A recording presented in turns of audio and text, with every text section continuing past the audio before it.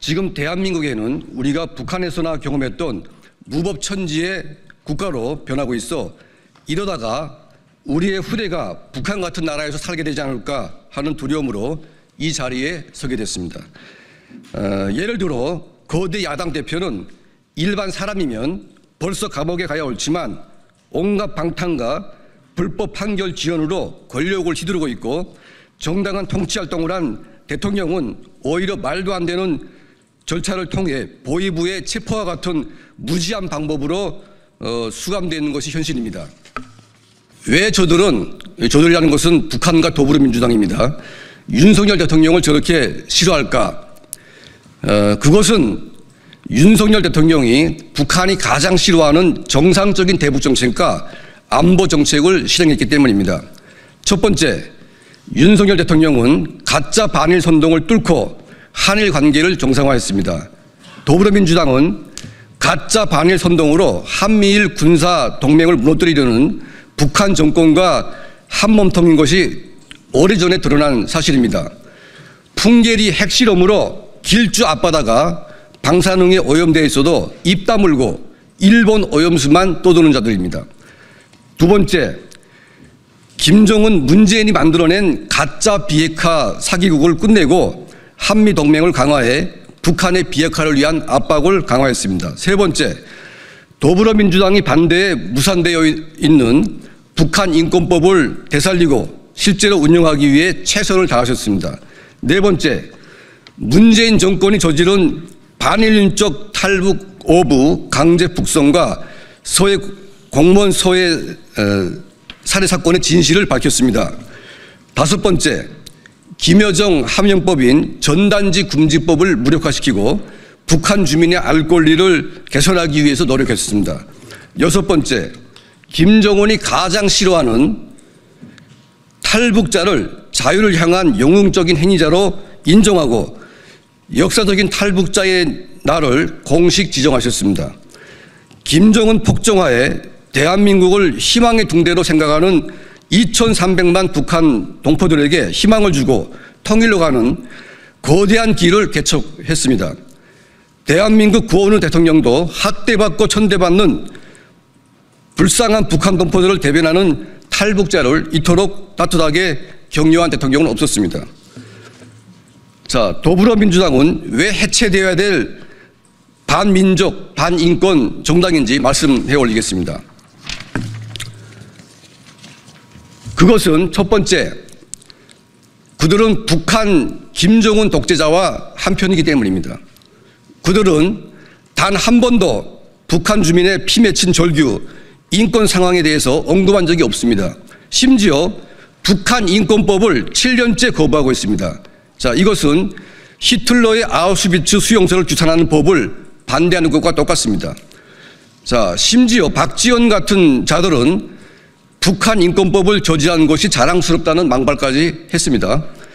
자, 하지만 그들의 당은 그런 죄를 지은 자를 국회의원에서 제명하지 않고 있습니다. 왜냐? 그들은 모두 똑같은 마음이기 때문입니다. 두 번째, 더불어민주당은 분단 국가에서 북한의 대남 공작으로부터 최전선에서 싸우고 있는 국정원의 창가 방패를 무력화시켰습니다. 국정원 간첩 수사권을 회수하고 경찰로 이관한 것은 북한의 간첩을 잡지 말라는 겁니다. 그들이 바로 간첩이거나 그들에게 매수된 자가 아니고서 어떻게 국정원의 대북 수사권을 박탈하려고 혈안이 될 수가 있습니까? 지금 대한민국에 정착한 대부분 탈북민은 북한 보위부의 협박에 시달리고 있습니다. 자, 얼마나 공권력이 무너졌으면 북한의 간첩들이 노골적으로 탈북민을 협박하는 지경에 이르고 있을까요? 대한민국 국방부, 행정부가 북한 해커들에게 뚫리고 온갖 간첩들이 창궐해도 국정원은 두 손 놓고 더불어민주당의 눈치만 보고 있습니다. 세 번째, 더불어민주당은 북한 주민의 자유와 인권으로 가는 길을 가로막고 김정은 독재 정권의 영구 보존을 위해서 노력하는 반민족 정당입니다. 김여정이 한마디로 당 전체가 전단 금지법을 만들어냈습니다. 이것은 모든 국단적 언론 통제 국가에서 북한 동포들에게 초보적인 외부 정보조차도 보내지 말라는 신호로 김정은의 개가 아니고서는 이런 짓을 할 수가 없습니다. 자, 김정은 정권은 핵을 고도화하고 미사일을 첨단화 해도 우리는 아무런 대응도 하지 말라는 것이 그들의 입장입니다. 심리전은 국군이 가진 가장 강력한 위대한 대북 비대칭 전력입니다. 더불어민주당은 김정은이 극단적으로 싫어하니까 그 어떤 대북 심리전도 반대합니다. 네 번째, 더불어민주당은 탈북 어민 강제 북송, 19명 살인 조작, 서해 공무원 월북 조작 사건을 방조하고 두둔하는 패륜적 반인륜적 정당입니다. 살겠다고 찾아온 2명의 탈북 청년에게 살인자 누명을 씌웠습니다. 자, 그리고 강제 북송했지만 더불어민주당은 반성은 고사하고 살인자를 잘 보냈다고 거짓말을 반복하고 있습니다.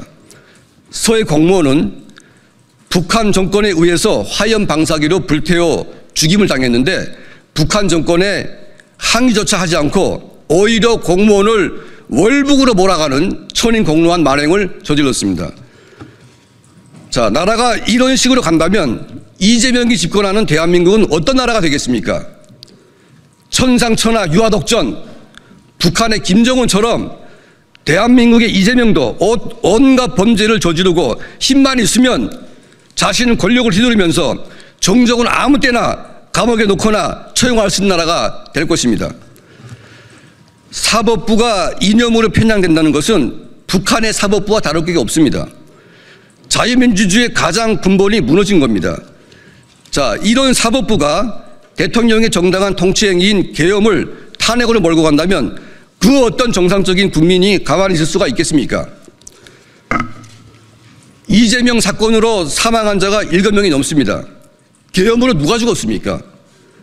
다친 사람조차 없는 평화적 계몽인 대통령 계엄과 29번의 탄핵으로 행정부를 마비시키고 온갖 친북적 행위로 국가 안보를 무너뜨린 세력이 누구인지를 헌법재판관들은 두 눈 뜨고 똑바로 봐야 됩니다. 대한민국의 사법정의가 살아있고 대한민국이 무너지는 것을 막으려면 실질적인 내란 세력인 더불어민주당의 불법 탄핵과 사법 방해로부터 단죄하는 것이 저는 순서라고 생각합니다. 정상적인 대한민국 국민의 판단과 다르게 대통령에 대한 판결을 정의롭지 하지 않게 할 경우 국민 분노는 폭발할 것이며 대한민국의 헌재는 이 나라에 존재할 가치조차 없게 될 것입니다.